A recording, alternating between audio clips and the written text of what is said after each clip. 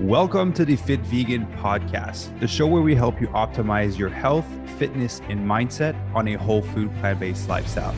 My name is Maxime Sigouin. I am a former triathlete, powerlifter, bodybuilder, and basketball player. And I've been vegan for 9 years.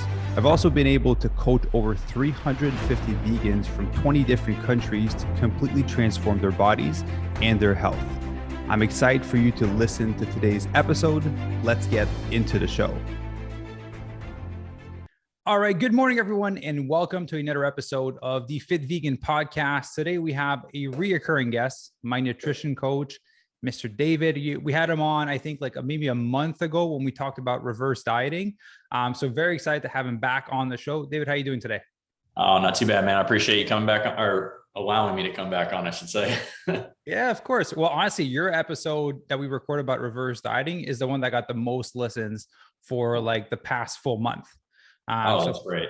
People really enjoyed it. I got some messages from people. It was really insightful, and they didn't know all the intricacies about reverse dieting and how it took place and the duration and all of that. So it was definitely greatly appreciated from the audience.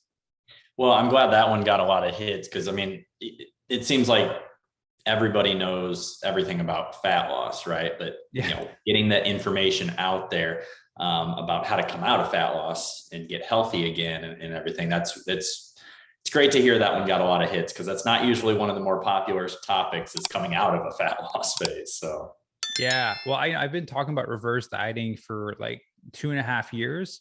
And so I've been talking to people hey, this is important. You do this. Honestly, doing a fat loss phase without even wanting to do a reverse dieting is not even worth it. Don't even take that on. Yeah. It's, there's a lot of fear that comes about not being in a fat loss phase, which is, I think a lot of that has to do with society and, the decades and decades of misinformation out there and the drastic, overnight weight loss success and everything like that. I think that as humans, we want instant results. That it's nothing wrong with you if you're listening to this and you want instant results. It's not like something's wrong with you. You're human. That's natural. And we live in a society where, I've got Amazon boxes right outside of my office here that, I ordered last night. We get it right away. But that's not how nutrition, that's not how your physique, that's not how your health works. We're not an Amazon Prime. We need to take our time and everything. I think people, a lot of people struggle with body image issues. They struggle with confidence. They struggle with, acceptance from others. And those are all normal human emotions. And then when you start, going through a fat loss phase and you start looking better and you start feeling better about yourself, you're gaining all this confidence, you're gaining all this stuff that you feel like you were lacking before. It's hard to give that up. And it's hard to accept the fact of not being in that very lean state, that ripped state, that state that, everybody aspires to, look like those Instagram models and actors and stuff. I'm not going to say it's not realistic because it can be realistic. It's just not realistic long-term. And to not have a plan to get yourself back healthy, I think you're just shooting yourself in the foot.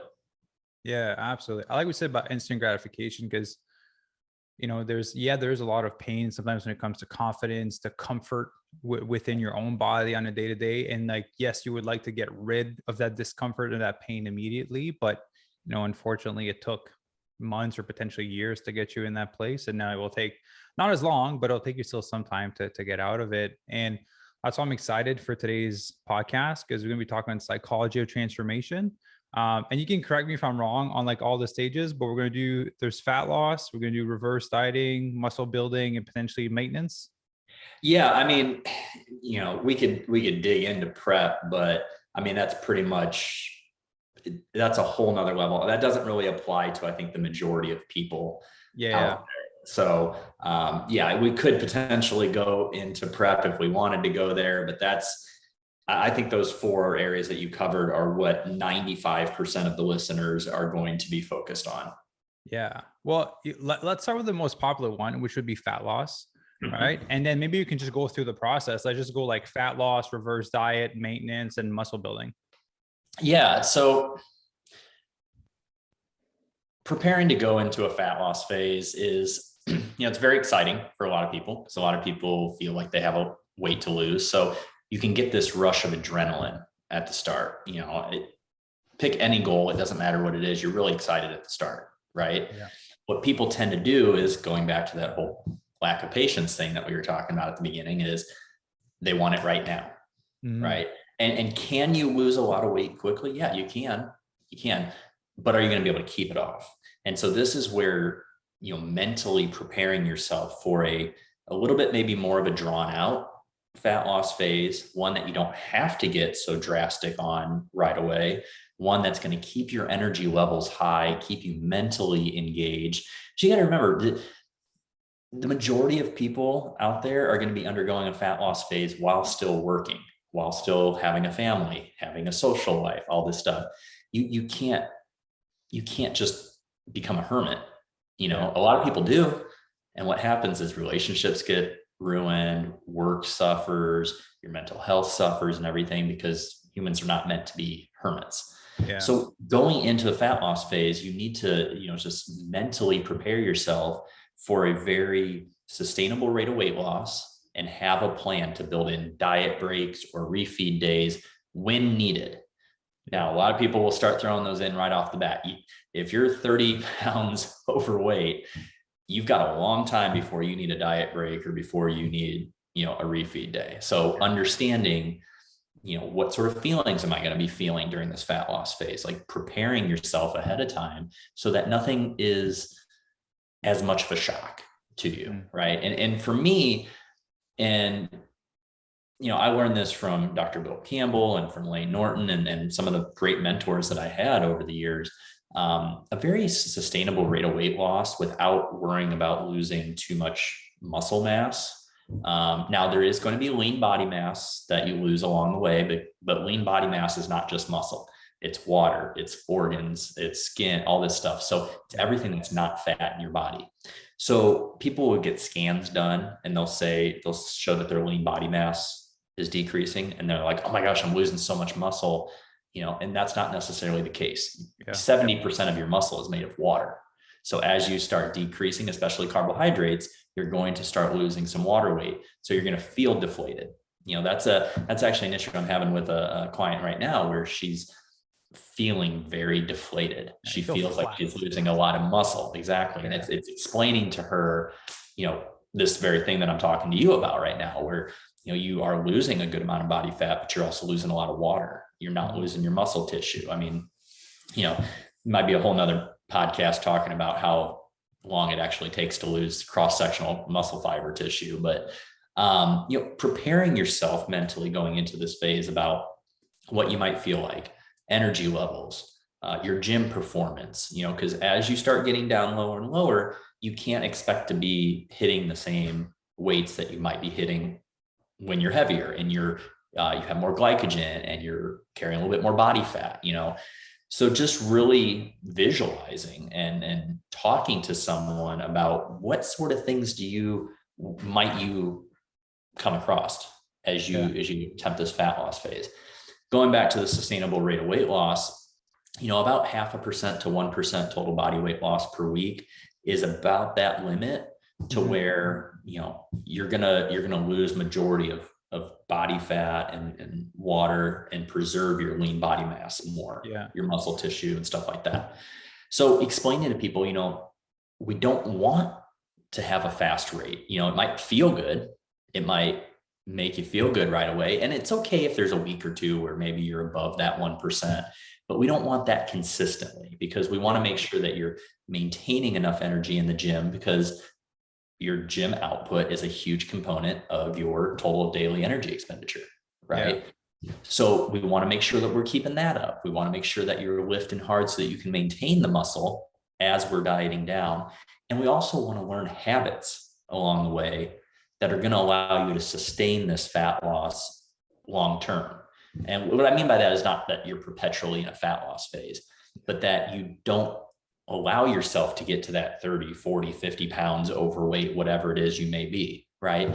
That's all usually comes from bad habits. So we want to educate along the way and learn during this. And it all starts by mentally preparing yourself for, going a little bit slower, you know, having realistic goals and expectations and benchmarks to hit along the way, and then just understanding a little bit more about what you should maybe be feeling at each stage, so that you don't get there and you start freaking out and it's like, oh my gosh, my sleep's a little off. That'll happen if you get a little bit deeper into a fat loss phase. Yeah. Hunger might get thrown off. That's a tell sign that if you've been dieting long enough, that you probably need to start thinking about a reverse diet. But Yeah. it's just about understanding that faster isn't always better. Yeah. And actually rarely is it better. Yeah. There's like, I remember when I did my last cut, not this last one, but I went in Tulum with you. Like at the end, I just had like a deep like hunger. Like there's a time where like I could just eat and it would just never be full. Yeah. I do want to ask you two questions about what you shared about the process. Like, you've coached a lot of people throughout the years as well. There is like a psychological aspect to coaching people, because some people like, you kind of want to get people like some fat loss at the beginning. Right. But the thing is, some people want like a greater deficit when they start off because they want to see the weight drop off faster. But the thing is, you're kind of shooting yourself in the foot for 3 months down the road when you need to create an additional calorie deficit and you remove the whole big chunk from the start. Yeah, there's a couple ways to look at that. I mean, yes, absolutely, I agree with you with that. If you don't have a plan in place along the way, so some of those people that I like to kind of assess the client at the beginning and say, that's where talking to them really helps, and really kind of getting a background, a feel of their background and their dieting history. Because if somebody is going to struggle mentally going into that deep deficit right off the bat, it's probably setting them up for failure, right? Yeah. But if somebody who doesn't seem like it's going to throw them off, mentally and ruin everything and all that, I have no issue with putting them in a little bit more of a deficit off the bat. But what we're going to do is build in diet breaks a little bit more frequently, so that we can try to keep the metabolism as hot as we possibly can, and we can avoid that burnout, we can avoid that exhaustion as much as we possibly can, but still getting that good bit of fat loss off at the beginning and getting their confidence up and things like that. So yeah, I think it depends on the client. I think it depends on also what kind of time frame are they looking at.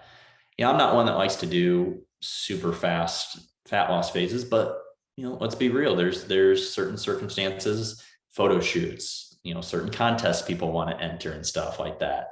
Yeah. We did with your first one, we did 16 weeks, and that's I think a pretty good time frame for a fat loss phase. But like, if you're looking at like 8 weeks or something, you're going to have to get a little bit more aggressive, but you're not, in that short amount of time, you're not really going to, I don't want to say damage your metabolism, but it's not long enough to really cause long-term harm. It's the prolonged, 8, 9, 10, 12 months of dieting, and then doing that frequently over and over and over, that's what's really going to start messing with your metabolism and stuff like that. So, that is a strategy to go a little bit more aggressive at the beginning. I mean, I don't really like to do more than about a 25% decrease in calories from where someone's coming to me from. Yeah. But that's also going to depend on where they're coming from. There's some people that are starting at, some guys that are starting at 4,000 calories. There's some women that are starting at 1,800 calories. It's all just a very individual based thing. But by talking to the client, by getting a feel for their dieting history, what kind of goals they are wanting to accomplish, what their lifestyle is like, are they a busy professional? Do they have a lot of kids and a family? And, is this realistic for them to do this really drastic cut? Do they have a support system? Things like that. So all of that has to be taken into consideration for sure. Yeah. And I definitely, that's why I love working with you. And, I've studied some of the work of Dr. Campbell as well, and Lane Norton. That's kind of how I got more educated, bought some of Lane's courses about reverse dieting and fat loss. We're kind of in the same boat of being like steady and gradual with the fat loss. because I come from a history of like being in a bodybuilding space where the coach was like, hey, you want to lose 2 pounds a week? Let's just cut off 1,000 calories, right? Because it's 3,500 calories for a pound. Therefore, 2 pounds, 1,000 calorie deficit per day. But you're starving from the start. You're potentially sacrificing a ton of muscle mass at that rate of a deficit from the start. Yeah. And so wondering, what is your thought on that? Because it's so common amongst like just social media, fat loss, and kind of coaches that are just getting started that kind of want to guarantee a fat loss for their clients. If you starve anyone to lose weight, we'll just put that out there. But what are your thoughts on like 1,000 calorie deficit for like a 2 pound fat loss per week? Listen, I mean, if someone is really overweight and, borderline obese, then I kind of throw that 1% total body weight number out the window, because they can safely lose a bit more quicker. Without, they've got so much reserves, so much fat reserves that we're trying to tap into. The amount of deficit is really, it's going to be dependent on where they're at. I mean, we talk about 1,000 calorie deficit. If you're coming from 4,000 to 3,000 calories, I have no issue with that. Because it's not based off their theoretical number. It would be based off like how much they're currently eating. Correct. Right. Now, if you're taking in, 2,500 or 3,000 calories and you drop down to 2,000 calories, for a guy, I don't think that's very sustainable right off the bat. We went out to 21 and I was hungry. Not to say that over time, depending on how much weight they want to lose and how their body's responding, we might not have to get down there for a little bit. But to do that right off the bat, no, it kind of just goes back to that 25% deficit right off the bat, is about the limit that I would like to go. Now, when we do like mini cuts and stuff like that, that's kind of where I get that number based off of, is that you kind of do about 25. In some cases, you can do about a 30%, deficit from where you're at in calories, but it's for a short amount of time. Right? And it's for like 4 or 6 weeks. We're not doing it for 12, 16, 20 weeks. We're not doing that. So I mean, and just for quick math, like 30% of 2,000 calories, looking at 600 calorie deficit. And that's like on the high end that you would go for a short period of time. So just puts into perspective, if you're going to do like a 12 to 24 week cut, it would be like less aggressive than that. Yeah, absolutely. Now, if genders have to come into play here too, because if it's a woman that's, coming to me at 2,000 calories and they want to, get pretty aggressive for a little bit, and then, but we're going to back off and do a diet break and things like that. Doing that 25% isn't necessarily that bad. I mean, that's going to drop you down. He said, what, like 1,400 calories, something like that. If you're going to do that for like 4 weeks and then back off and do a diet break, I have no issue with that. But, first of all, if you're a guy at 2,000 calories, I don't care what your size is, you're not ready. You need to be reverse dieting. You shouldn't be thinking about fat loss. You need to build your calories up. Unless you're like a, 12-year-old boy who's eating 2,000 calories, which honestly, I was probably eating like 3,000 or 4,000 at that age too. But, it's gender specific, and it's starting, kind of where you're starting from calorically would depend on how aggressive I'd be willing to get. And so, going into like, when we talk about psychology of fat loss, there's obviously creating the initial deficit and going through the process. But then I think the main part that most people struggle with, at least that I've seen from all my members, is like, cool, we got the deficit, we got the game plan, we got the nutrition, we got the training. I've fallen off track, right? Getting back on track and being mentally okay with the fact that it's not going to be a perfect process. Like how do you navigate that? That's one of the trickier parts. This is where I tell people like that are trying to get into coaching, I'm like, listen, you got to learn to be as good of actually a better psychologist than you are a number puncher. I mean, absolutely. We've come so far in research and stuff, like putting in numbers you can teach that pretty easily. I'm not saying that there's no skill to that or anything like that. But I mean, you could figure that out. Now, what you got to figure out is how to put those numbers and how to associate with that particular client. Yeah. Because what I might do and what research might show works for one person, I might not be able to do with another one because of their psychology and where they're at and what we need to do to meet them where they're at to keep them going. So, getting someone back on track, I think it greatly depends on what it was that caused them to get off track, right? Was it an injury? Was it a vacation? Was it a holiday? Was it a breakup? Was it, there's a lot of issues, but what I always do, it always kind of circles back to, let's just get refocused on today. Mm-hmm. That's all we need to do. You can't do nothing about yesterday. I mean, we've all heard it, right? You can't do anything about yesterday. You don't know what's going to happen tomorrow. You just focus on today. Sorry, my dogs are barking. That's okay. He's excited. Jeez, having 4 dogs is very interesting. Yeah. So what I want to do is I want to refocus them in on today, right? Yeah. You can't control what happened yesterday anymore. You're done. It's over with. But if you let 2, 3, 4 bad days go in a row, then it's going to turn into a pattern. It's going to turn into a habit. Yeah. So we're all going to have bad days. We're human. Understanding that perfection is not possible doesn't mean that we shouldn't still strive for it. Yeah. But understanding that that's not going to be achievable. And if you don't achieve it, you're not a failure. You're human. Yeah. So taking into account, what was it particularly that made you fall off track, and kind of seeing, okay, what were your thoughts behind that? What were the circumstances? What sort of things could we learn from it? And I like to talk to them about that, as far as not just like, okay, we need to do this, but what can we learn from that situation, right? Because more likely than not, that situation is going to come up again. Yeah.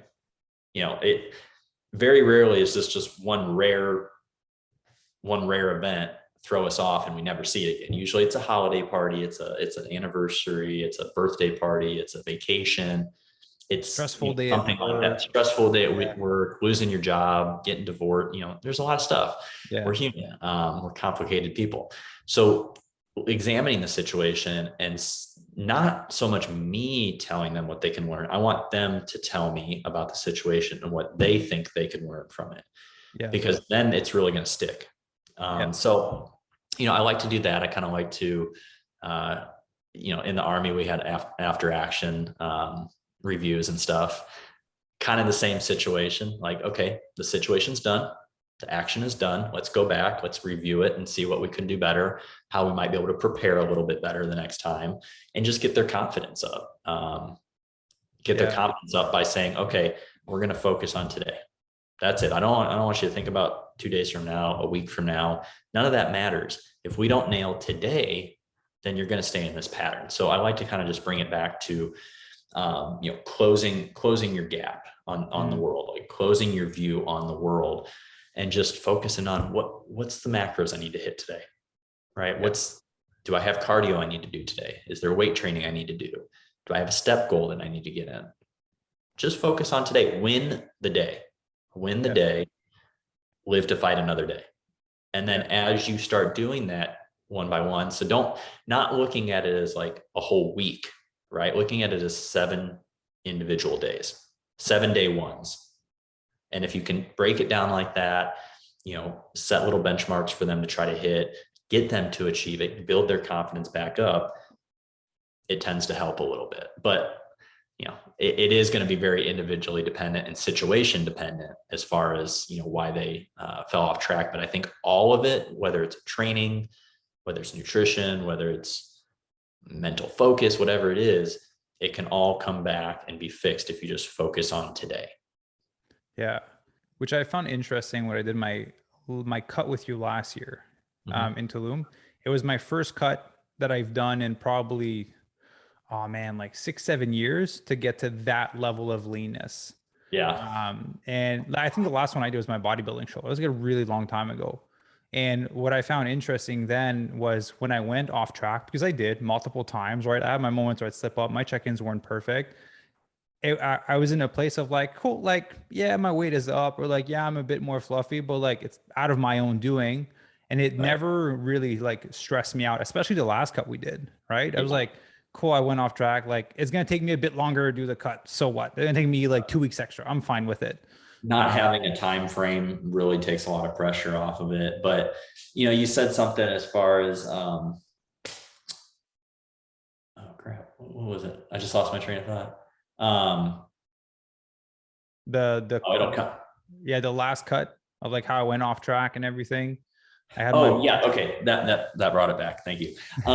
So understanding your body a little bit more and understanding, so part of the reason why so many people just, they just escalate and just keep going off onto, further and further off the track is because they have a bad day or weight's up the next day. And they're like, oh, screw it. I'm just going to keep doing whatever I want to do, but not understanding what that weight might mean, right? That weight might just be water weight from sodium. Maybe your sodium was a little bit higher. Yeah. I mean, we see that with you a lot when you eat out a lot, because notoriously when you eat out, everything's higher in sodium. That's what makes it taste good. That's what makes you come back and want to eat it more, right? Yeah. Fat and sodium are the most palatable things out there. Everybody thinks carbs and sugar are. I'm telling you, most of the things that people overeat on, that have a lot of carbs in it, they also have a lot of fat and a lot of sodium in it too. Yeah. So understanding, okay, why did the scale go up? Mm-hmm. Was it because of that Mexican food I had last night? Was it because I didn't sleep as well? Was I a little bit stressed? Was I, did I work out really hard and cause a lot of inflammation? Because that happens too. So trying to educate people and understanding what's going on with their body helps really, really lessen how many times people fall off track. Yeah. Or if they fall off track, they get right back on a lot quicker. Yeah. It takes time to get there. Cause like I've been working out for 17 years at this point. The past 10 years is only when I started doing like proper transformations, like doing whatever I want with my body. And then the last cut we did was the first time where I was like detached from the number on the scale. I would weigh myself in the morning. I was like, cool. I know I ate later. I know I went to bed later. I know I had more sodium. Like I know I did something every time the weight goes up. And then if ever it was up and I did everything perfectly, I'm like, so this is what it's supposed to be. That's the data I have for the day. And it's just what it is. Well, and I think this is very common for people when they start a fat loss phase, but everybody thinks that as soon as you start it, it's going to just be this downward slope in weight the entire time. It is 100% normal for it to be a roller coaster ride. Yeah. Okay. That doesn't mean you're doing anything wrong. You can be hitting your numbers 100%. And you may have a week where you see great weight loss, and you may have a week where you don't see very great weight loss, right? Yeah. That doesn't necessarily mean you're plateauing. That doesn't mean that you need to change the plan. You got to look at all the factors in your life, because yes, calories in versus calories out is going to determine weight loss or weight gain, but that's in this perfect bubble. Yeah. Right. We don't live in a perfect bubble. We have work stressors, relationship, all this other stuff that we've been talking about that do affect your weight. And so I'm not really a big fan when people, or I shouldn't say I'm not a big fan when people say, calories in versus calories out for weight loss or weight gain, because that is true. But I think more people need to, preface that by saying, okay, but there are other factors that are going to determine it too. It doesn't mean it has to do with fat gain at all or anything like that, but a little bit stressed, your cortisol's up, you're probably going to hold on to a little bit of water. Women during their cycle, most women gain about 1 to 3. They gain about 1 to 3% of their total body weight during their cycle week. That can be anywhere from, 2 to 5 pounds possibly. Yeah. So understanding this stuff and understanding not to equate every sort of, tick up on that scale, meaning fat loss. I think that will help people during their fat loss phase, but also keep them from, falling off track and just giving up and being frustrated. I'm telling you, if you're within a normal body weight range, right? Like I'm not saying the 30 or 40 pound people, like 30 or 40 pounds overweight people. I'm talking about like, you got 15 pounds or something, you want to get off 15 to 20 pounds. If you just stay consistently between that 0.5% and 1% total body weight loss per week, you're going to be good. Usually with people, if they kind of fall a little bit outside of that, maybe they're not losing quite in that range, then don't make a huge change in macros. I mean, maybe do just a 1 to 2% calorie change. That might be enough just to get you outside of that zone enough to start that weight loss a little bit more. People's knee-jerk reaction is always just, okay, well, let me flash another 300 calories, right? Yeah. Okay, well, it's normal for your body to start adapting as you go through fat loss. Now, there's a difference between that and then actually metabolically adapting when you've been dieting for too long.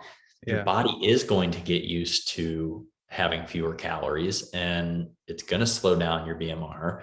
Your body's not going to lose, and that's why you have to keep going down. But if you keep just slashing and slashing and slashing week after week after week, like we talked about, you're going to get to week 6, and then where are you going to be? Yeah. Minus 100 calories. Yeah. And maybe you do lose for a while, and that's great. Yeah. But then you're going to get to the point where your hunger cues are all out of whack. You're going to start binging. You're going to put all that weight back on and more. Like, one of the things that Lane, years and years ago, one of the things that I remember him saying is that, we don't have in America, we don't have a weight loss issue. We have a weight sustainability issue. Yeah. I remember that. People can lose weight. Yeah. They can lose weight. There's a lot of bad ways out there to do it, but they can lose it. But those bad ways lose to non-sustainable habits. And then most of the people within 3 years, it was like 95% of the people that lost a significant amount of body weight, which is considered about 10% of your total body weight or more. Yeah. Then within 3 years, 95% of those people had put it back on and more. Yeah. So people can lose the weight. It's keeping it off. And that's why I really, really like to practice, even if it takes longer, do it slower, learn the habits along the way so that you don't have to do this again. You don't have to lose that 40 or 50 pounds again. Yeah. You talked about, like making adjustments to your calories, a small percentage of decrease if the weight is stuck. One thing that I always find hard, and is the reason why, that's why I brought you on board, right? That's why I believe coaches should have coaches. It's such an emotional call to make. And having someone else look at it. So for me, when I see the data on the scale, I'm like, cool, it is what it is. I did what I respected what I had to respect. I just leave it up to David. He checks, he sees everything. He makes a call on it. Because for me to go I know how to do it, but for me to do it for myself and detach my emotions from my journey, it's hard. And I don't like doing it, which is why it's so important to have someone else that is distant from it. It's like, hey, the data's saying this. Here's how you tend to react from the past. Here's a call we're going to make for this week. Here's adjustment. Yeah. I mean, and I'm guilty of it too. Paralysis by analysis, right? Yeah. I mean, listen, especially if you're a certain type of person, you're going to just overanalyze it. And we have this, as humans, we have this awesome and horrible trait that we can get ourselves to believe anything. Yeah.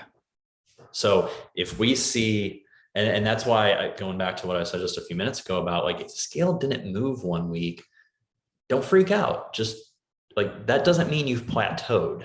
That just means the scale didn't move that week, right? Give it a few more weeks. Sometimes the best move to make is no move at all.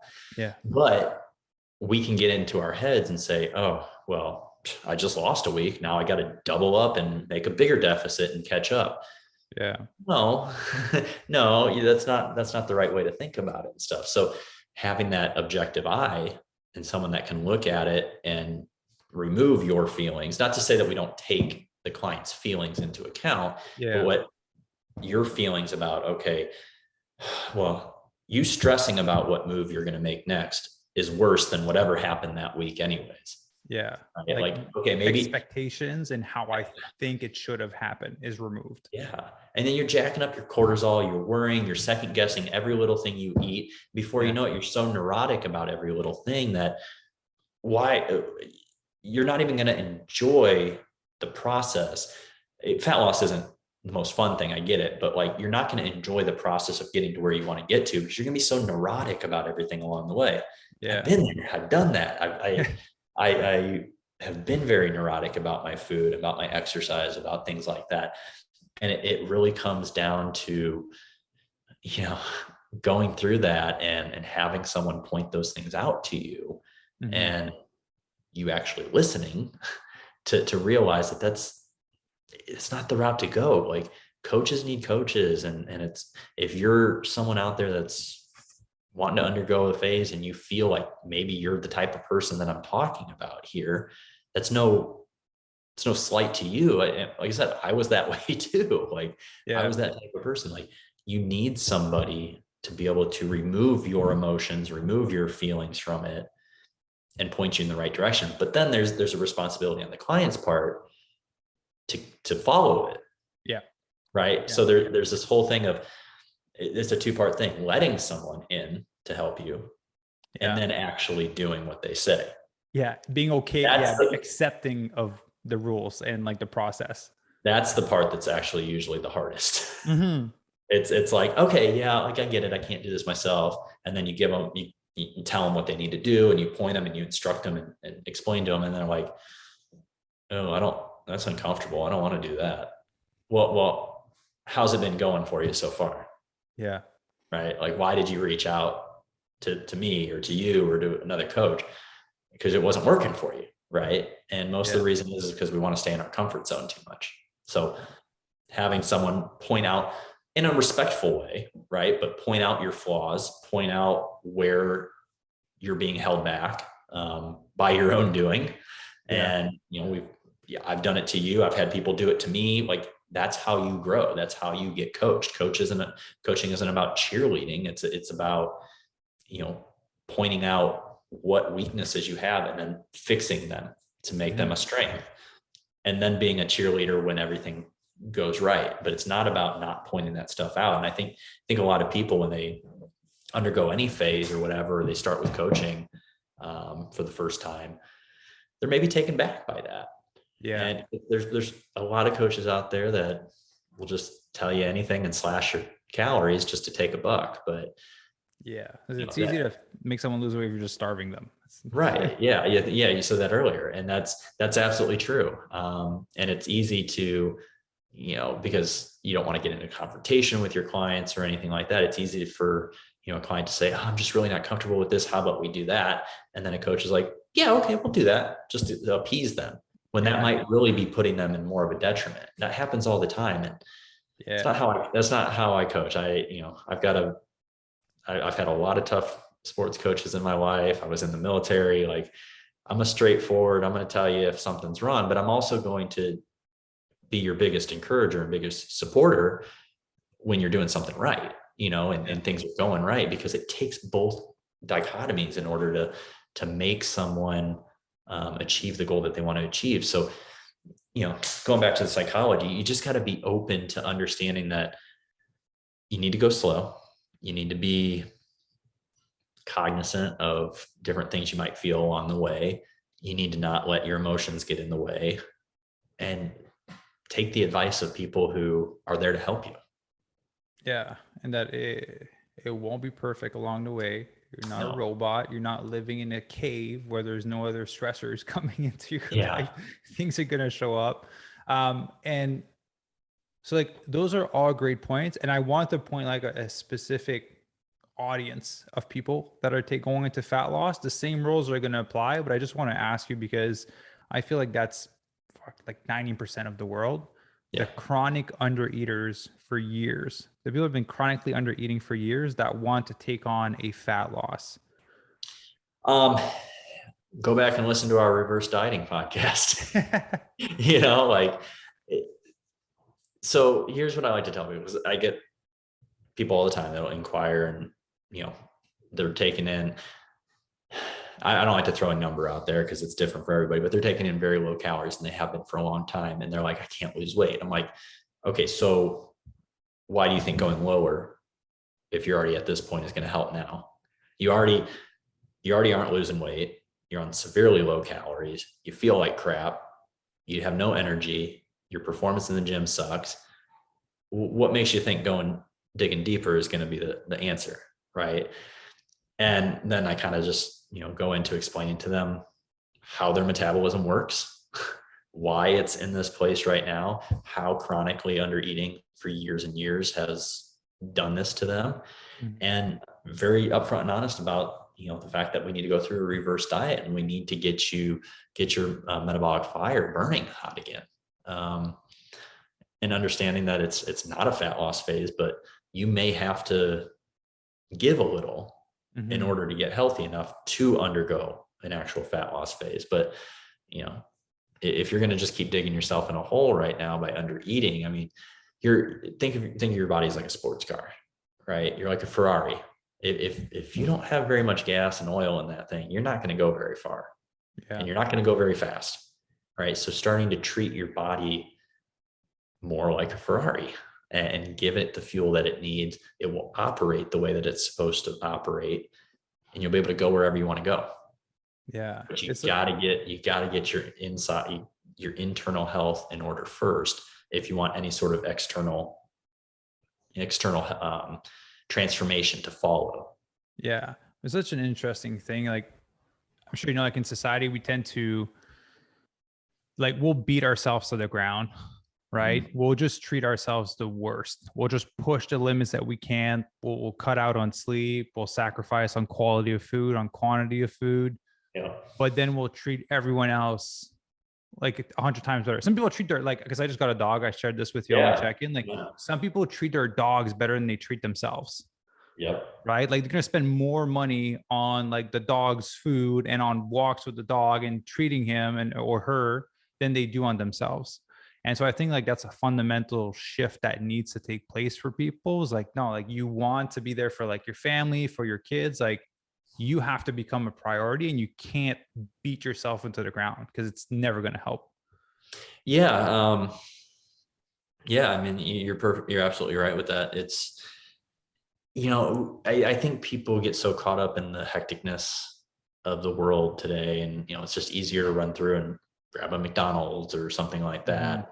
Not to say that you can't have McDonald's every now and then, but when you're doing that constantly, and then you get home and people are so stressed out and tired, they don't want to go to the gym and work out. It is very easy in this day and age to let yourself go, but it just really comes back to, what is the vision that you have for your life? What is the vision that you have for your health? Like, where you want Mhm. to get to? You're going to have to make sacrifices no matter what your goal is, whatever it is. But if you're not going to take care of your health, it's going to come back to bite you later on, Yeah. right? What do they say? What's the phrase, like, pay for your health now or you'll pay for it later? Yeah.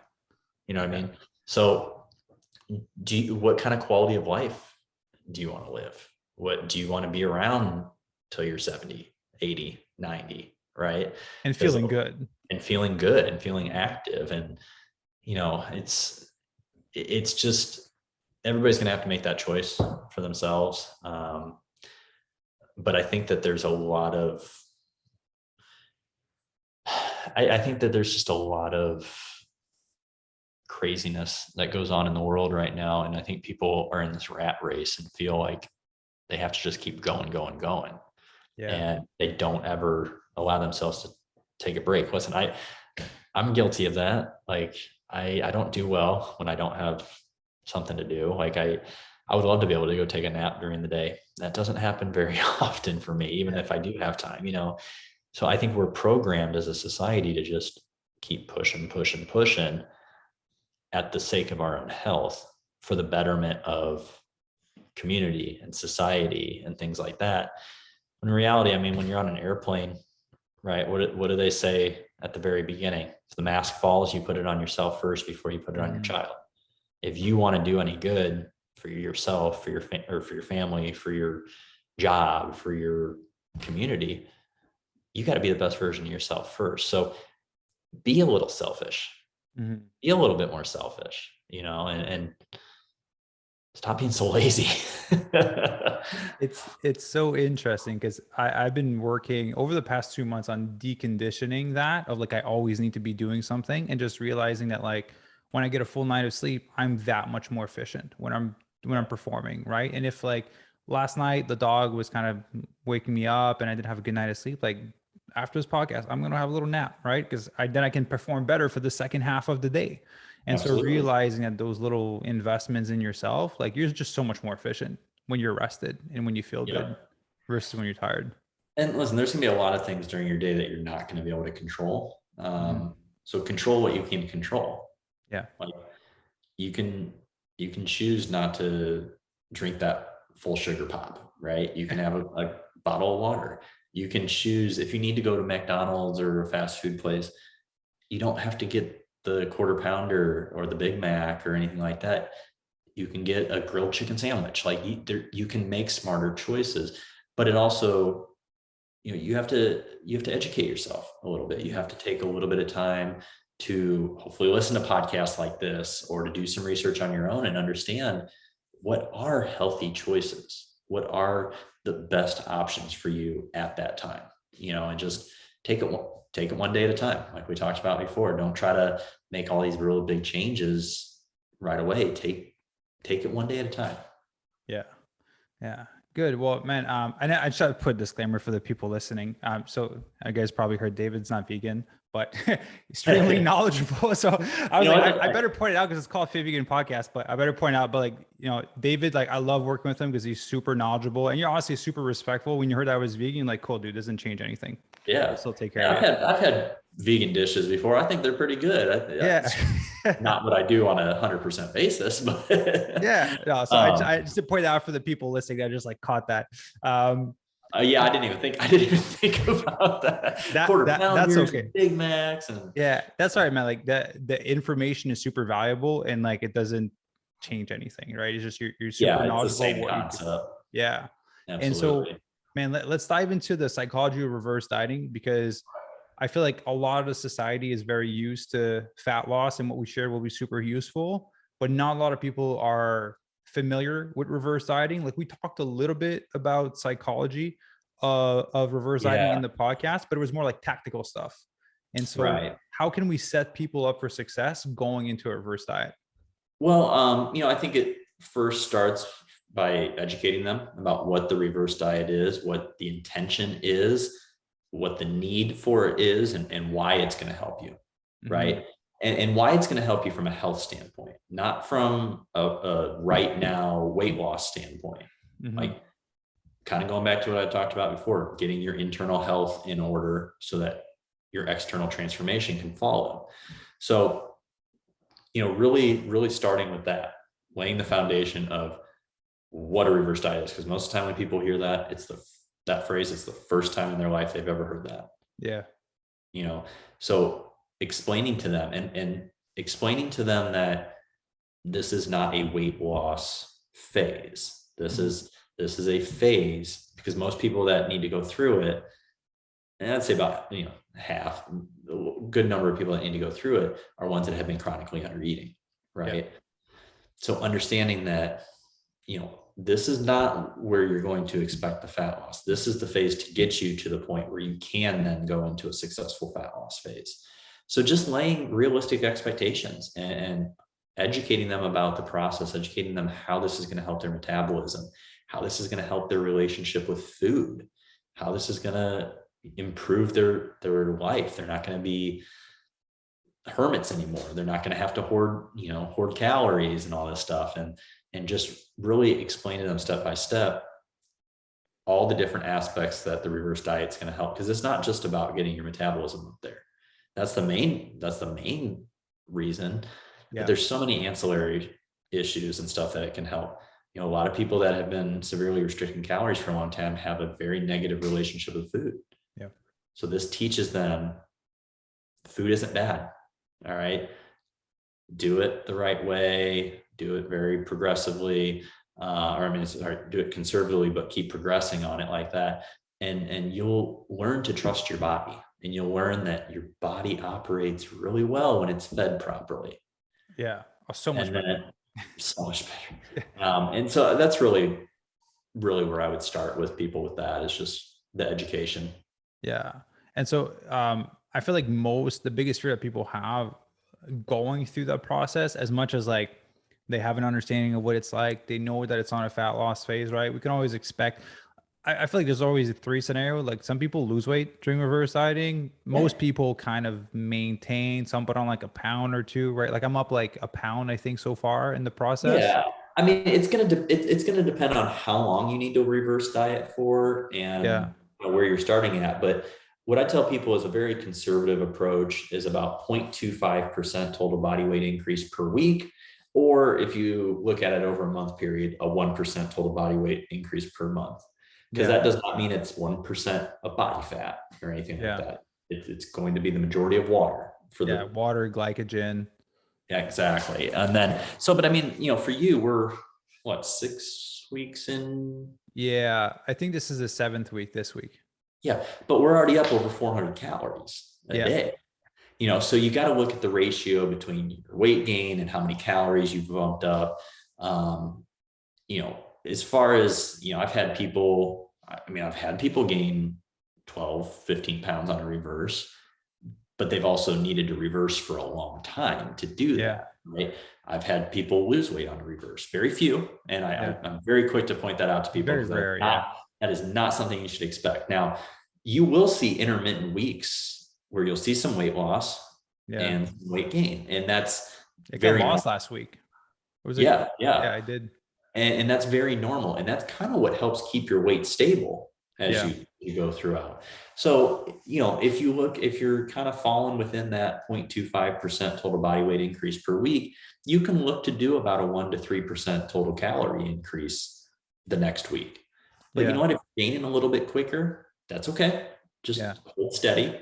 You may be there at the same calorie range for 2 or 3, maybe even 4 weeks until your body indicates, okay, that rate of weight gain has kind of leveled off. I'm ready for another bump up. And then, so that's why it takes a long time. So getting yourself mentally prepared for the long haul. This is Yeah. not a 2 or 3 month thing. Yeah. You could get away sometimes with a 3 month fat loss phase. You can't do that with a reverse diet. You're not going to maximize the benefits of it. Most of the time when you do it that quickly, you're going to find yourself in the same hole that you're just trying to dig out of. Maybe 4 or 6 weeks down the road, you find yourself in that same hole that started the whole process of needing the reverse diet to begin with. Yeah. So you got to give it time, because it's not just about getting to a certain calorie range for your body's needs. It's also about just giving your body enough time, not being in a deficit. Mm-hmm. Like the body, you should be spending more time outside of a deficit than you do in a deficit. That's Which doesn't how the happen for body most people. Do what? Which doesn't happen for most people. A lot of us, No, not at all. majority of their life are in a deficit. They are. And it goes back to society and pressures and misinformation out there. I mean, listen, I'll admit, it's not very fun and sexy to listen to, someone like me or you or some of these other people that talk about the science and talk about slow, consistent, sustainable. That doesn't sell, right? Yeah. I mean, it's selling more now because people are getting educated, but still, when it comes down to it, people want things now. So if it's the difference between listening to that or someone that says, hey, I can get you your weight loss goal in 8 weeks, they're going to go do that. They're not going to care what it's going to take to get there. They just want to get there without thinking about the long-term effects. And this is where, kind of what you said earlier, I think at the beginning of the podcast, when you go into a fat loss phase, if you don't already have that plan of how you're going to come out of it, then you're just kind of spinning your wheels. You're going to find yourself stuck. You're going to find yourself frustrated. You're not going to have a successful transition out, or you're going to get to the point where you're dieting so long that your body forces you out of it by binge eating, things like that. Yeah. The body is going to win. Like ultimately, it always does. The main objective, the body only knows one thing: keeping you alive. Yeah. It does not care if you want to lose body fat and get ripped. It doesn't care if you want to put on a bunch of muscle. It wants to make sure your heart's beating, your lungs are pumping. Yeah. Like that's the main job of the body. And so at some point when it feels like that's threatened, it's going to throw every tool it has at you in order for you to get to where it wants to get to. And most of the time that's, binge eating, uncontrollable eating, so that you can start putting on some body fat again. Yeah. Like just deep-rooted hunger that you just can't. Absolutely. Yeah. Absolutely. You're going to get sick. You're going to break down, body's going to break down. You're going to be unable to train. If you're overtraining, just beating yourself into the ground, Your Yeah. body's gonna say, no, no, no. This, Yeah. this ligament here, it's gone. It's done. I'm snapping it. And, whatever it might be, it's going to force you to slow down if you don't take proactive steps along the way to keep it happy. Yeah. I want to share this thought with you because I thought about this before. Like, fat loss is such a new world, like a new, like this day and age solution to a new world problem. Because back in the day, people didn't really struggle with being overweight. And so like when you really think about fat loss, you're going to go against so many biological like processes that your body just does not want to go through. That's why it's fighting you so hard when you go in a deficit. And it's just a solution to like a new world problem because people weren't overweight before. And it's so No. like it's unnatural to try to lose weight because it is unnatural to weigh this much, right? Like it's a new Yeah, problem. I agree with that. I agree with that. I mean, listen, people want to blame, fast food restaurants when they started popping up in the 50s and, end of the 50s, early 60s, or whatever that was, that era Yeah. on. It wasn't so much that as it was, I think, when the commercials started in the Yeah. 80s. Because you look back in the 50s and 60s, people still weren't overweight. Yeah. Because it was not, I think it was considered more of like a treat Yeah. than anything. It wasn't a lifestyle. People Yeah. still sat down and had dinner at the dinner table with their families. Yeah. People were still working manual labor jobs, men and women, in the factories, and all this stuff. Kids were out playing sports. They're not sitting in front of the TV playing video games anymore, or back, you know what I mean? So as that, along with in my opinion, the rise of single parenthood over the decades, that forced parents that don't have a lot of time, that are working a lot to support their kids. Let's go through fast food. Let's do this and that, and then just kids being left in front of the TV as their babysitter. This has been going on for years. So I don't necessarily blame like the fast food industry. I blame kind of all the other factors around it that made fast food a more easy alternative to actually, going home, cooking a home cooked meal for your family and all that stuff. Along with also, like we talked about earlier, people are living more hectic lives. So a lot of people are working multiple jobs because prices are increasing, or, they've got their kids in 4 sports a season and they're never home. There's just a lot of stuff going on. So, I think that, I think back in the 40s, 50s, before this really became a problem, you're right, there wasn't a huge obesity problem.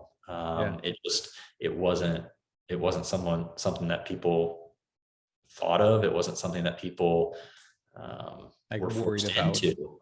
Yeah, they weren't worried about it because it was like, listen, you were active. You were, cooking your home cooked meals, like I said before, and it's really become a bigger issue. And the body, the body evolves over time, and the body has evolved to pack on weight because of this. So you're right. To me, it's not natural to have to take off the amount of weight that most people are trying to take off. But it's also not natural to be a healthy weight and to try to force your body to be at a very, very severely lean state either. So there's both ends of the spectrum there. Definitely. So there became like an obsessiveness with like the physique, because I think of like magazines and the kind of fitness industry and the fashion industry. So that's like they're like both extremes basically. Absolutely. And listen, I mean, I'll be 38 in a few months. Like I grew up with bodybuilding magazines. I got them off the shelf. There was no internet. Like I mean, there was internet, I'm not saying that, but like, I can remember when I got my first AOL screen, AOL Instant Messenger.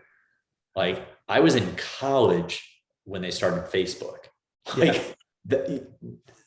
So that sort of stuff, putting that sort of stuff in perspective, I don't think that there was, I'm not going to say that there wasn't, but there definitely wasn't the prevalent, I can't say that word.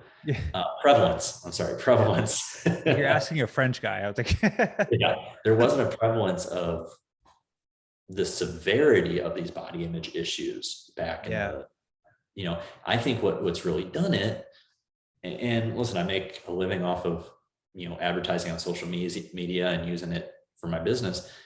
But I think that's been a very, very big detriment to a lot of people in their expectations.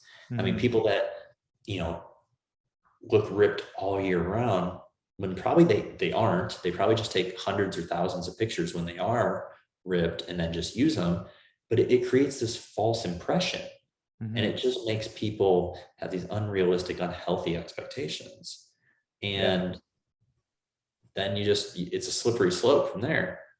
Oh gosh, this person's eating this person's working out like this person's doing this, I need to be doing that. Well, first of all, have you been training as long as this person? Do you have the same lifestyle as this person? Are you on gear like this person is? Yeah. And there's just not a whole lot of honesty on social media anymore. I just feel for people that get themselves caught up in that slippery slope of comparison. Because I get it. It's no slight to them or anything. It's an easy trap to fall into.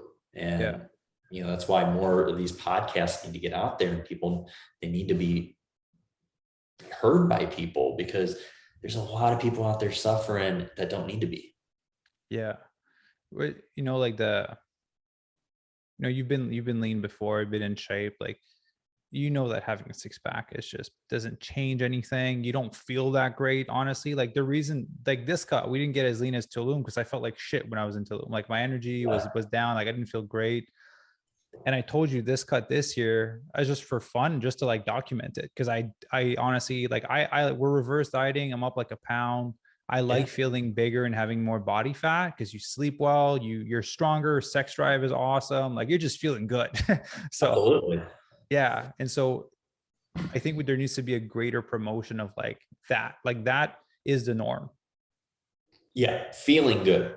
Yeah. Performing well, in all aspects, just like you said, like that needs to be made as sexy as having a six pack. Yeah. There's nothing wrong with if you want to try to get a six pack, that doesn't, but you got to examine the route that you're taking to get there and the lifestyle that it's creating for you. Yeah. If it's something that, once again, you can't sustain, or that's not enhancing your life, why are you doing it?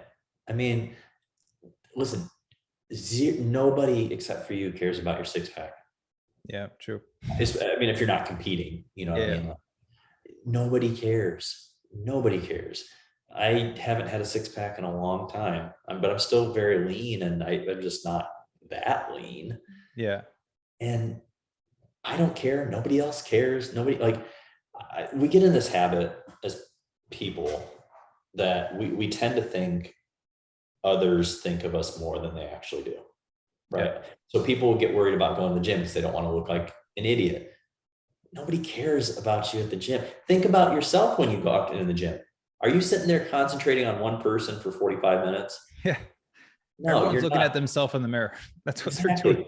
And you know what? Worst case scenario, maybe someone does look at you and is kind of like, well, what are they doing? You know what? 10 seconds later, they don't care anymore. They're never going to remember you.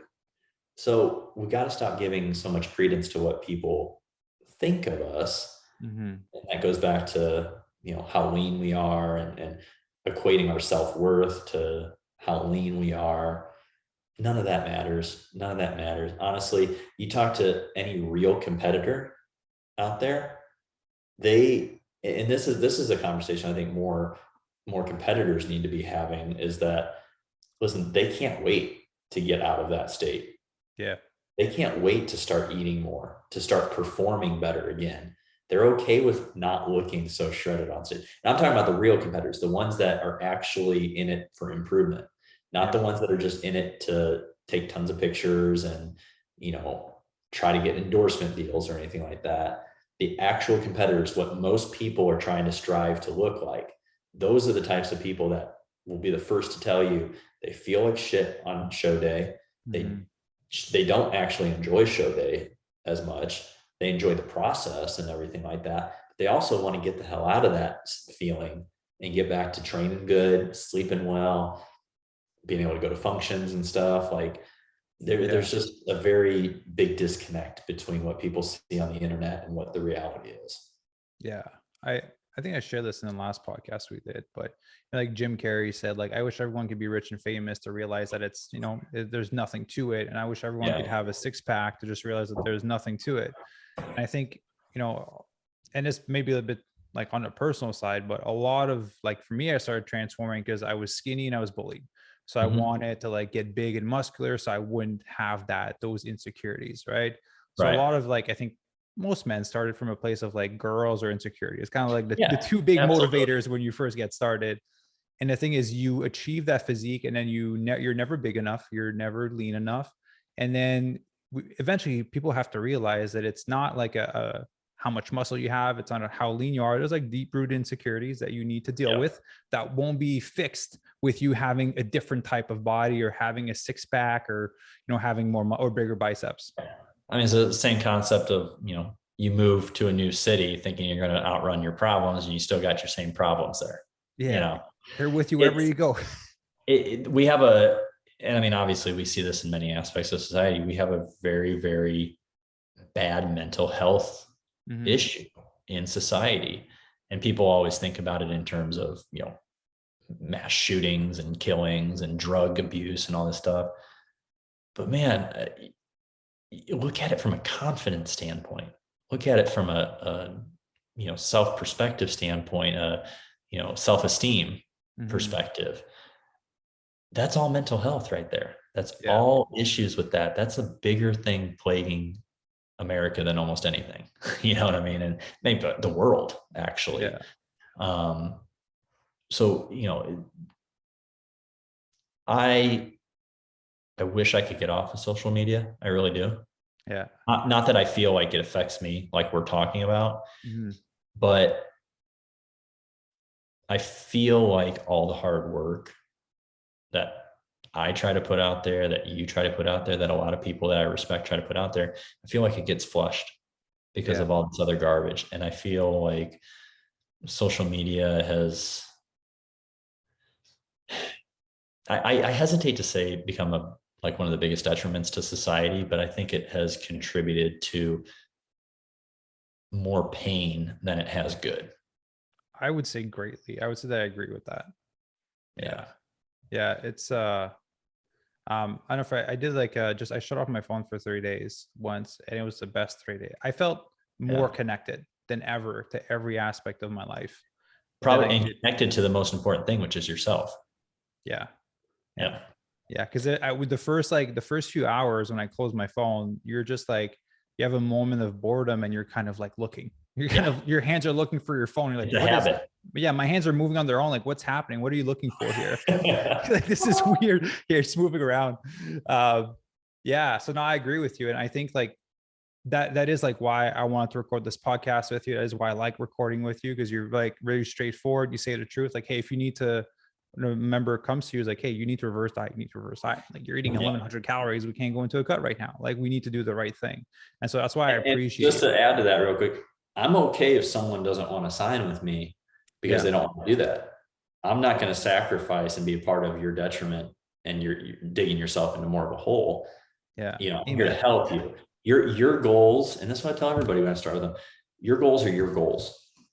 Right? They're not my goals. I'm never going to tell you, you need to look a certain way. You need to be a certain weight. You need to do that. I'm going to tell you if your goal is achievable and if it's safe. Yeah. And if it is, we will work to get you there. But I'm not going to tell you what you need to do. But if you're not going to listen to me genuinely trying to help you get healthy, then not a good fit. Go. I mean, I hate to see you go and I hate to see that, but I'm not going to be a part of someone's unhealthy journey. Yeah. Well, I'm on the same boat as you. We turn a lot of people around that are like eating 1,000 calories a day and like, I want to lose 30 pounds. I'm like, where? Like, how? What? I have no wiggle room with what? Yeah. Like, we need to reverse for like at least 6 months. And they're like, no, I want to lose weight now. I'm like, we just like, I don't feel comfortable. I won't sleep well at night if I do this. And so we can't do it. And that's why I love working with you, because it's just really straightforward. It's just going to be, those types of things are just going to turn into more headaches down the road than you can even dream of, because every week, those are going to be the clients that are going to be emailing you 2-3 times a week. Like, I've got this issue. I've got this issue. I'm not losing weight. I'm freaking out. Like, bro, I told you at the beginning, this wasn't going to work. So yeah. Good, Matt. So I just that was a great tangent on psychology of yeah, that was good. I want to go back to one last part for reverse dieting before I move to the next one. Big fear of people is that they're going to put all the weight back on as they go through reverse dieting, because from a client's aspect, it's like, hey, I'm going to eat more food, but maintain or be really close to what I am now. And there's a big disconnect there. Yeah. I mean, listen, some people are going to need to put all the weight back on. I mean, let's talk, if you're coming off of a competition, right?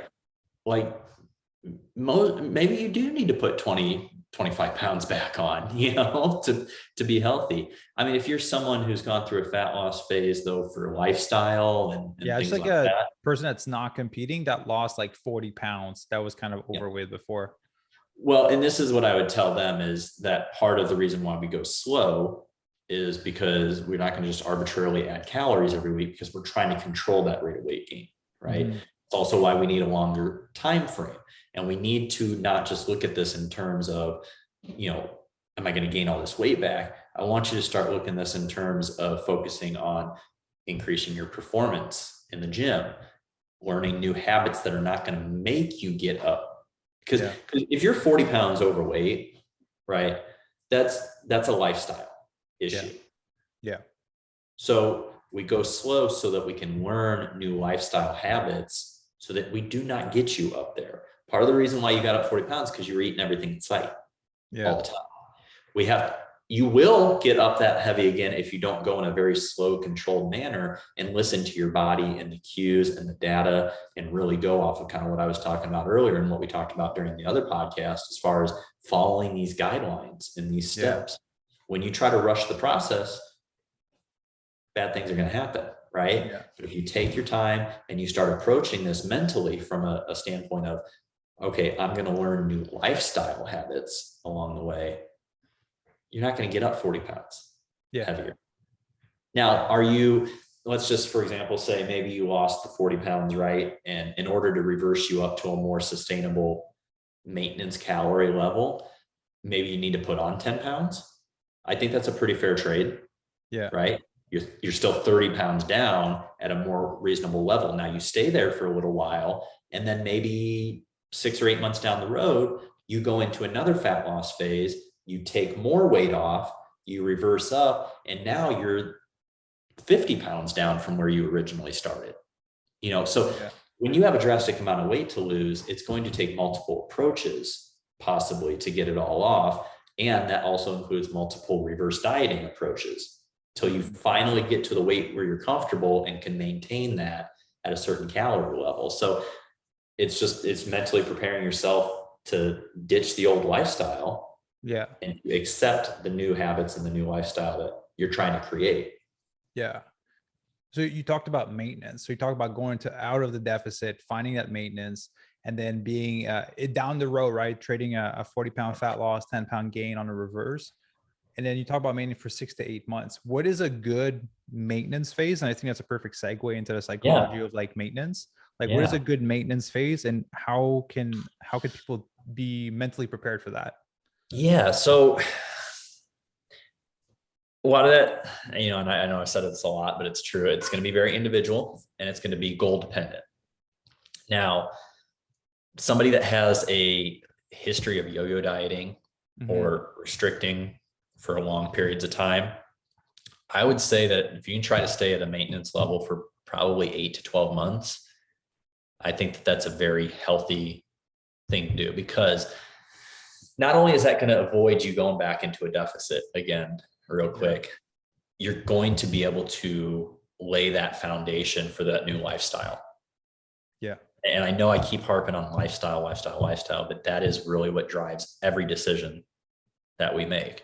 right? You know, the old adage, genetics loads the gun, but lifestyle pulls the trigger. Yeah.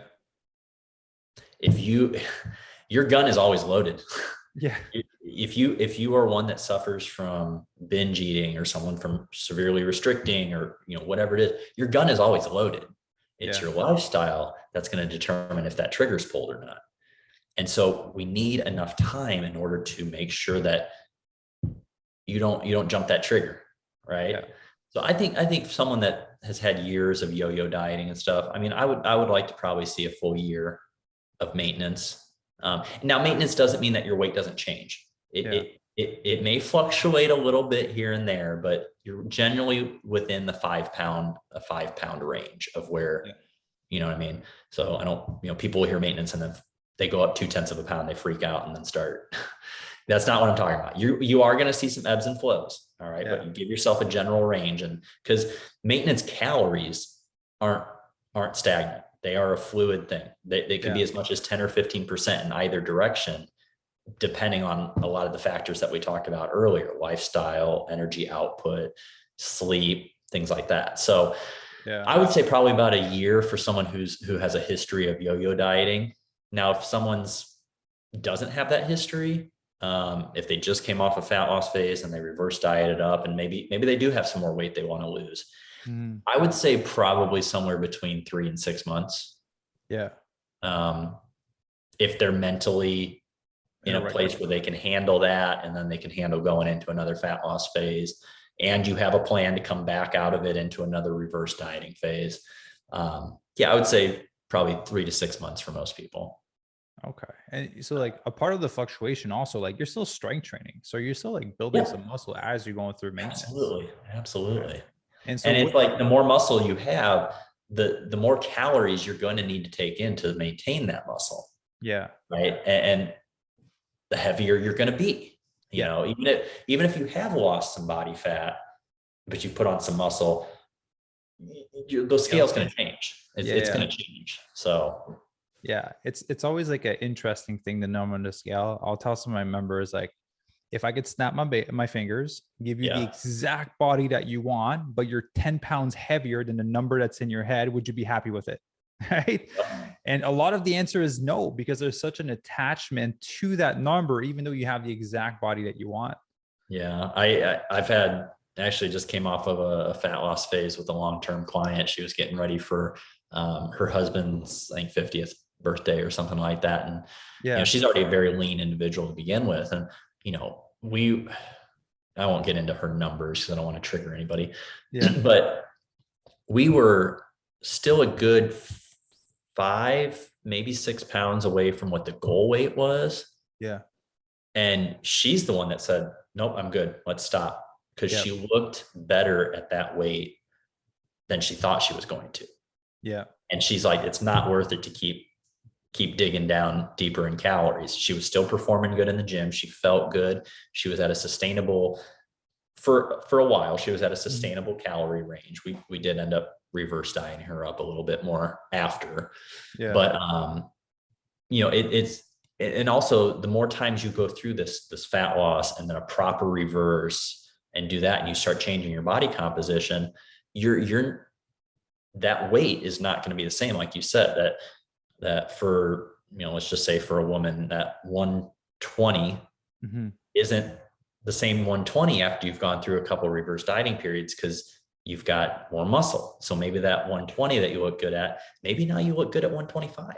Yeah. Right. And those are all just hypothetical numbers. I'm not talking about anybody in particular, but the scale weight, I think people have become so attached to that because it's the easiest thing to track. Yeah. Most people out there don't know how to properly take body measurements. They don't know how to do calipers on their body for body fat measurement. You know, anybody, you know, most people have issues with their midsection, right? So if body fat starts drawing off from somewhere else, then, you know, if they still see that their midsection isn't where they want to, well, then they start freaking out. They're like, oh, the scale needs to go down lower and lower and lower. And which it does. I'm not saying it doesn't, in order to lose more body fat, but there's so many other metrics to go off of to gauge progress. You know, thigh diameter, body, like I said, calipers, body fat, things like that. How are your clothes fitting? Are your clothes fitting the way that you want them to fit now? Yeah. Like we have a big disconnect, like you said, between what the number says on the scale and what the reality actually is. Yeah. I can tell you right now, I haven't weighed myself in probably about a year and a half, but I can tell you I'm generally around the weight that I think I'm at. Like I just know I am. Nothing has really changed. Clothes still fit the same, things like that. And it's fine. So when you learn how to disconnect from what the scale says, it kind of goes back to I think I said it earlier, as far as your worth, your self-worth is not determinant on what that scale number says. Yeah. Like you're not going to go into a job interview and someone's gonna be like, well, how much do you weigh? Yeah. Right. Like, because we're choosing between two people here. And if you weigh less, then you got it. You got the job. You got the job. And also goes back to what we were talking about earlier. Nobody gives a shit about you as much as you think they give a shit about you. Yeah. Because you can tell your number to your friends and it'll mean completely nothing to them because 10 there's minutes different later, they'll bodies. forget.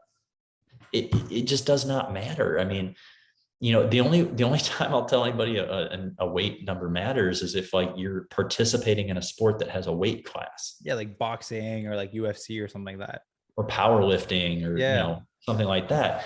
It's the only thing that matters. And it only matters because of total. It doesn't matter because of like physique or anything like that. But yeah, it's a tough conundrum. I mean, I think it just goes back to it being the easiest form for people to track their measurements. And, we're creatures of habit and we get locked in on one thing and, we want that instant result. And, it's easier to see the scale go down quicker than it is sometimes other measurements. Mm-hmm. Right. So, but that doesn't mean that you're not still making progress if those other measurements are going down slower. It just means that your body's pulling from different areas. Maybe you're genetically predispositioned to have a leaner lower body, but a little bit thicker upper body, or vice versa. Or, for me, and most men are this way. I mean, I would roughly say I'm probably around 12, maybe 13% body fat right now. Just not trying. I don't give a shit, to be honest, right now. Like, but all of it is really just around my lower back and my sides. Yeah. I mean, if you look at my arms and the rest of my body, you'd probably say I'm 8% just because I'm very naturally lean in those areas. Yeah. Whereas somebody else, I mean, you could see people that have very evenly distributed body fat and they look like they don't have much body fat because it's so evenly distributed. Right. So like you'll see guys with six packs that are, 15, 16% body fat. Well, it's because it's more evenly spread throughout their body. Yeah. And then you'll see some guys that are 10 or 11% that don't look like they have any muscle definition on them whatsoever. And so how people carry their body fat, the number on the scale, all those things, there's, what is it now? Almost 8 billion people on this planet, or 7 billion people on this planet. No two people carry it exactly the same. Yeah. Yeah. You can, and the other thing, I mean, we can move on after this, but you take two people, one of them weighing 150, the other one weighing 150. It's the same weight, right? But one person is jacked and ripped. The other one is soft and fluffy. Yeah. So you're still going to go on weight? Yeah. It's the same weight. They're the same height. They're the same weight. This person has 8% body fat. This person has 20% body fat. Yeah. Doesn't mean that genetic predisposition of like where people store fat is also the only other reason why you can't spot reduce, right? Yep. Obviously it's a question you get often. It's so common, but you can't. It's genetic. Your body's going to lose fat wherever it wants to first. And you just have to keep decreasing it as an overall. For me, for example, if I start dieting or I'm starting to lose weight, my face, first place it goes.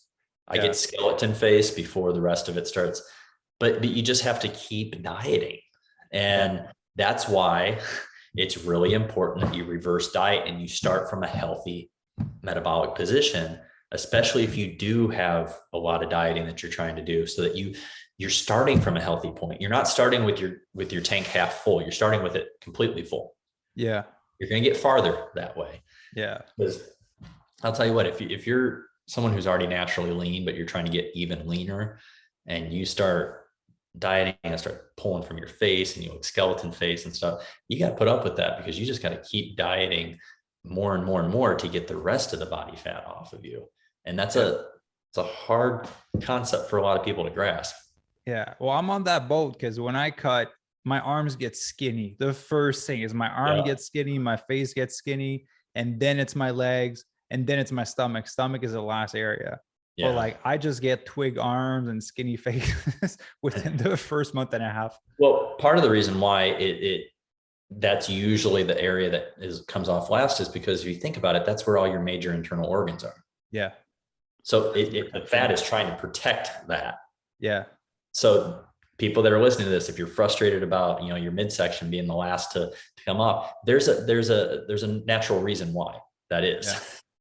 Unless you're one of these genetic freaks that just has very evenly distributed body fat and you just lose it all evenly as you go, which, if you do, those are usually the ones that are at the top of physique sports. Yeah.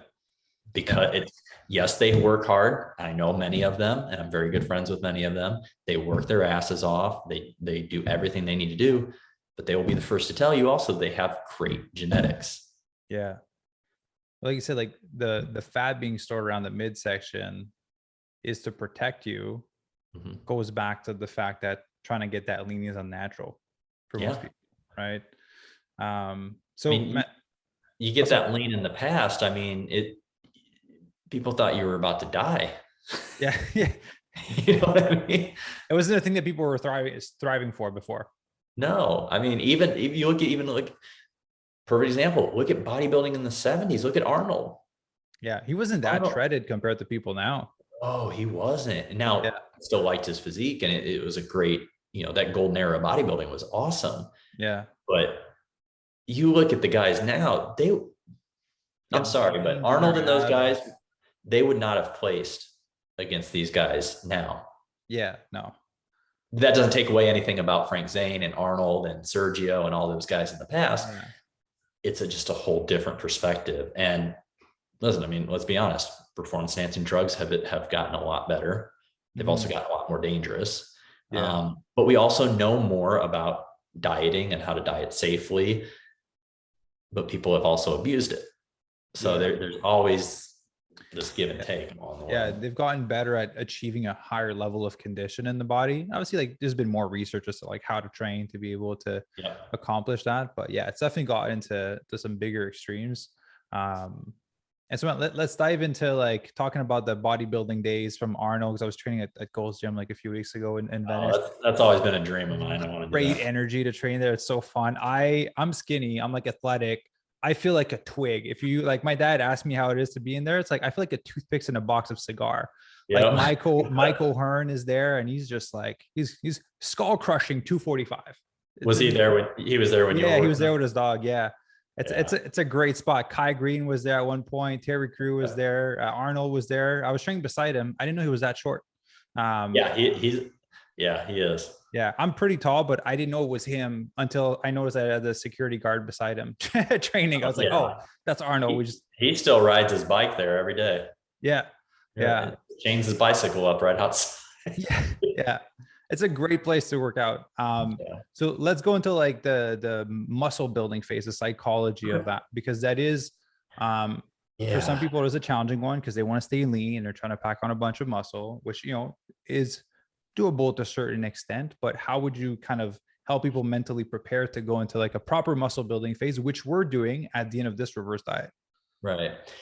Yeah. And there is a difference between a reverse diet and a muscle building phase, because reverse diets, the intention is to get you up healthy and get all your hormones back in check and get everything ready so that we can start getting into that building muscle phase. Okay. So mentality for muscle building.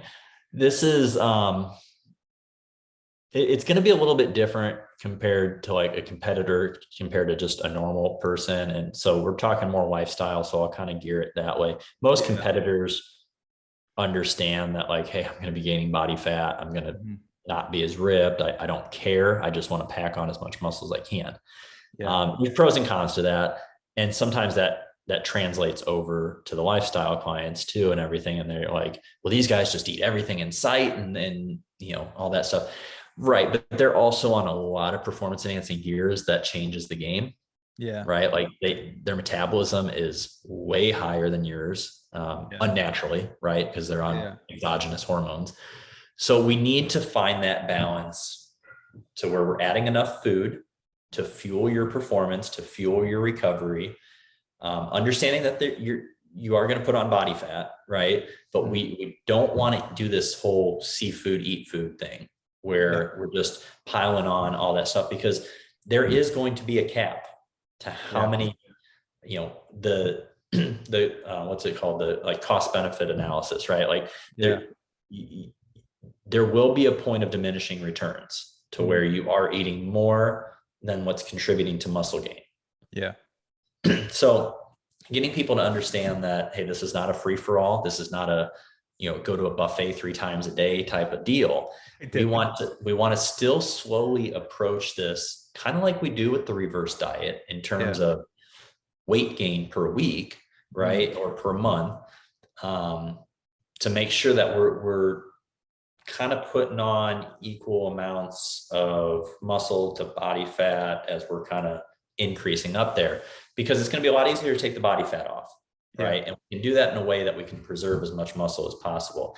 But you are going to have to be prepared to be uncomfortable, clothes not fitting the same, your body not looking the same. And that, once again, doesn't mean get sloppy fat, but you're also not going to be shredded like you are now. Understanding that eating might feel like a job at times. And you have to, although you can be a little bit more relaxed with your diet and stuff than you are during a fat loss phase for obvious reasons, you know, we are trying to pack on a little bit more muscle and you're okay with a little bit more body fat. You still have to be disciplined, and you still have to make sure that, you know, we're taking in adequate amounts of protein. We're still eating the highest quality foods we can possibly eat. We're focusing on sleep and we're focusing on recovery. I think that's one of the bigger issues that I have with people that are trying to go into a muscle building phase, because they just feel like if they're not in the gym, they're not making progress. Right. I get it. I was there, been there before, but if you're not taking your recovery as seriously as you are your training, you're going to start getting injured. You're going to start breaking down. You're not going to be able to keep training and progressing the way that you want to progress. You know, you have to, I'm not saying you have to spend more time outside of the gym than you do per week, because I think 4 to 5 days of training is very adequate for the majority of people out there. I don't think hardly anybody needs to be weight training 6 to 7 days a week. I'm a very big proponent of not that. That's a lot. It's hard on the body. It is. I mean, so my perspective on that is, okay, if you're able to weight train 6 or 7 days a week, you're probably not pushing hard enough. Right. You should be pushing hard enough 4 or 5 days a week that your body needs a couple of days off. Right. And then you give it a couple of days off. That doesn't mean that you're out doing a bunch of other stuff. You're relaxing, you're letting your body heal, because that's where all the food that you're taking in is going to be repairing that broken down muscle. And you got to factor in your central nervous system and things like that too. Your ligaments, your joints, they all need rest. And so you can't be in this sympathetic mode all the time, which is where you're at when you're active and you're training. You need to bring it down to that parasympathetic mode, that rest and relaxation mode. That is where your body heals. That's where your body repairs and grows. So really switching people's mentality from, you know, okay, I'm feeling good because I'm able to train hard again, and I need to be training all the time to maximize this muscle, getting them to shift from that mentality to, okay, I need to train adequately. And then I also need to rest adequately. So that's hard to do sometimes. That's hard to do with people. because the other thing is they're eating so much more food than they're used to that they just naturally have more energy. And so they feel like they can do more. Yeah. They feel like they're Superman, right? And I also feel like they want to do more so that they don't put on as much fat. I feel like that was a thought that I had in the past. Absolutely. They want to burn off all the calories that they're taking in, when it's like, okay, whether or not you're in a fat loss or you're muscle gain or whatever, calories in versus calories out is still going to determine weight gain or weight loss. But you need those calories to grow muscle. Muscle doesn't just grow on its own. It doesn't just grow on hopes and dreams. You need to have those calories. So if you're taking in an extra 300 or 400 calories, right, but you're going and doing stuff and burning that all off, you've just washed that out. Yeah. So you're not providing those extra nutrients to support that growth. Yeah. You're just burning calories at that point. And that's where a lot of people get stuck and spin their wheels because they're afraid to put on weight. Yeah. So you have to be mentally ready to go into it and to try to not match the calories that you're eating so that you can actually benefit from the muscle building phase. Yeah, absolutely. Yeah. I mean, you want to push as hard as you can. You want to be smart about it. You don't want to be trying to set PRs every week. That's draining. That's draining to do that. It's draining. It's hard on your joints. It's hard on your central nervous system.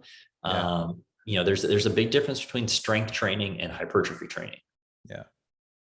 Yes, you can get strong and build muscle, and yes, you can build muscle and get strong, but the components of how you go about training for that, like when you're bodybuilding, you can get strong, but we're not talking about 1 rep max strength.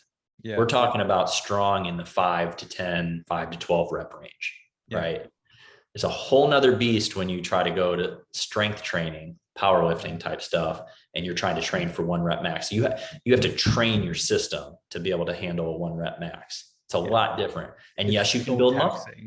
Yeah. And you can build muscle powerlifting. Obviously, we see very muscular powerlifters, but most of that is coming from their bodybuilding accessory movements afterwards.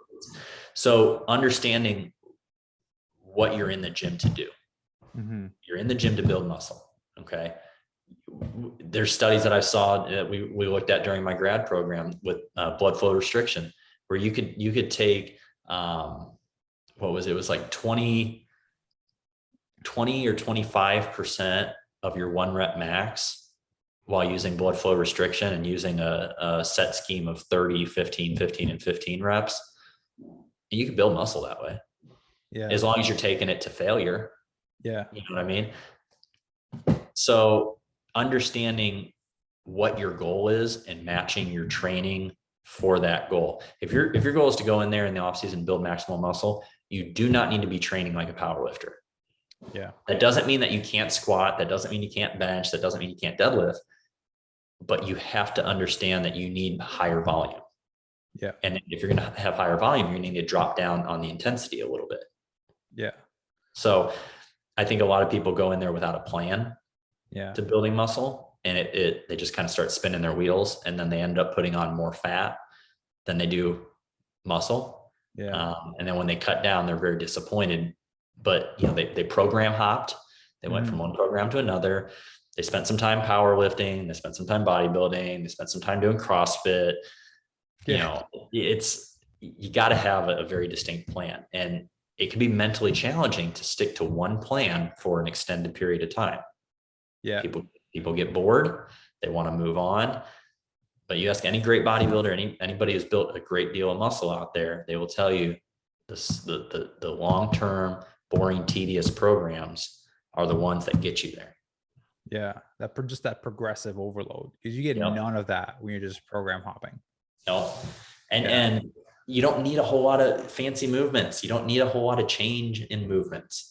Yeah. I break down a lot of my training into, horizontal pressing, vertical pressing, horizontal rows, meaning that you can pick whatever you want to do that's going to mimic that plane of motion. Yeah. For that lift. Your body doesn't know if you're using free weights or machines. It knows tension. Yeah. Dorian Yates, Dorian Yates mostly used machines to build his, 5 or 6 time Mr. Olympia physique. Yeah. Ronnie Coleman used pretty much all free weights. Yeah. There's just no one way to skin a cat. There's many different ways, but understanding how your body works, being educated about the nutrition aspect, the training aspect, is going to make your life and your mentality towards all of these different phases so much easier to handle. That's where like good programming and having a coach makes a difference. I feel like people program hop, like you said, the same way that they're approaching the nutrition. I'm just going to slash calories, and then however I feel like next week I'll do something different. However I feel like the following I'll do something different. But you don't get that, again, that progressive overload, which is kind of the secret to if you want to get stronger, build muscle. I did train for powerlifting for like a year. I would never do it again. 6'4", small joints. No, I didn't feel that great. I still feel it. But it's very taxing, and there's a reason you can't do a lot of it. Like I was taking like 4 or 5 minute breaks, I think, in between the sets as you're working your way up. Like your body needs to rest. You can't just, 1 rep PR every freaking set. Like it doesn't work that way. No, your central nervous system doesn't work that way. Yeah, it's the best naps after those workouts. Yes. After a good powerlifting session, yes, you are completely worn out and stuff. But yeah, it's just, I think kind of all these phases that we've talked about, I think, kind of just boiling it down to have a plan, understand the purpose of each phase, understand expectations of each phase, and don't try to go too fast.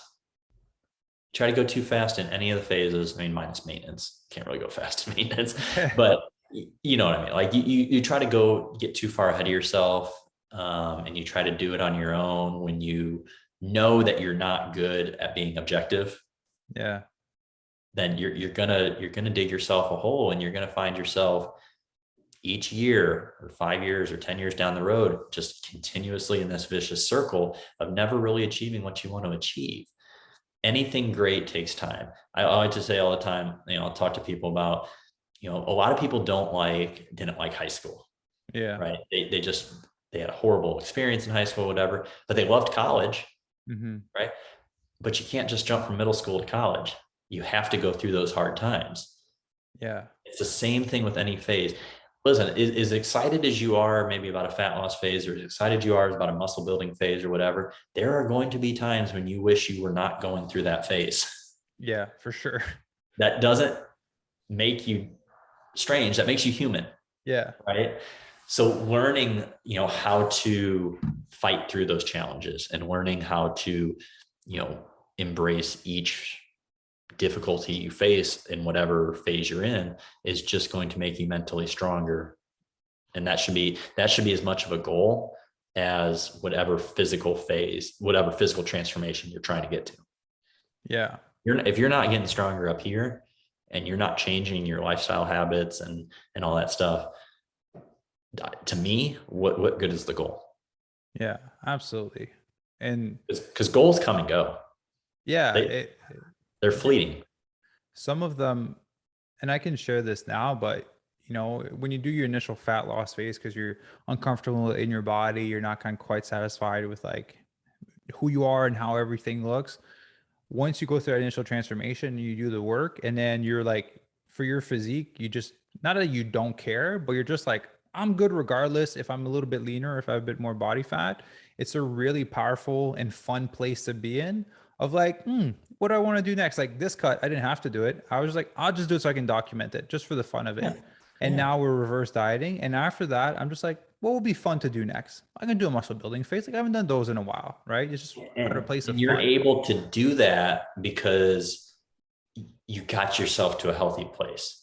Yeah. When you're healthy, you have options. Yeah. Absolutely. Like when you're rich, you have options. Yeah. You're rich in health when you have treated your body well, when you are at a good place to be like, hey, I don't have to do this, but I want to do this. And it's not going to be bad for me. So let me go try this for a little bit. we got to the point where you're like, okay, I'm done. You know, I want to take the next year and build some muscle. Great, let's do it. But you're only able to do that when you do each phase properly, when you treat each phase properly and you don't try to rush through it. Yeah. So. Yeah. Well, hey, David, I was just looking at this. First, I want to say thank you for all your knowledge. Second, this is, I think, the longest podcast I've ever recorded. Yeah, we beat a record. I think an hour and 45 minutes in. So Woo. got some peeps listening. Shout out to you guys. Hey, if you guys are all still listening at this point, then thank you. Yeah, it was honestly really insightful. And I think like to have two coaches talk about some of those deeper insights and the bigger picture of like you having been through it also and having helped a lot of people, I think it'd be really valuable for people. And so, man, I just want to say a massive thank you for taking, almost 2 hours out of your busy day.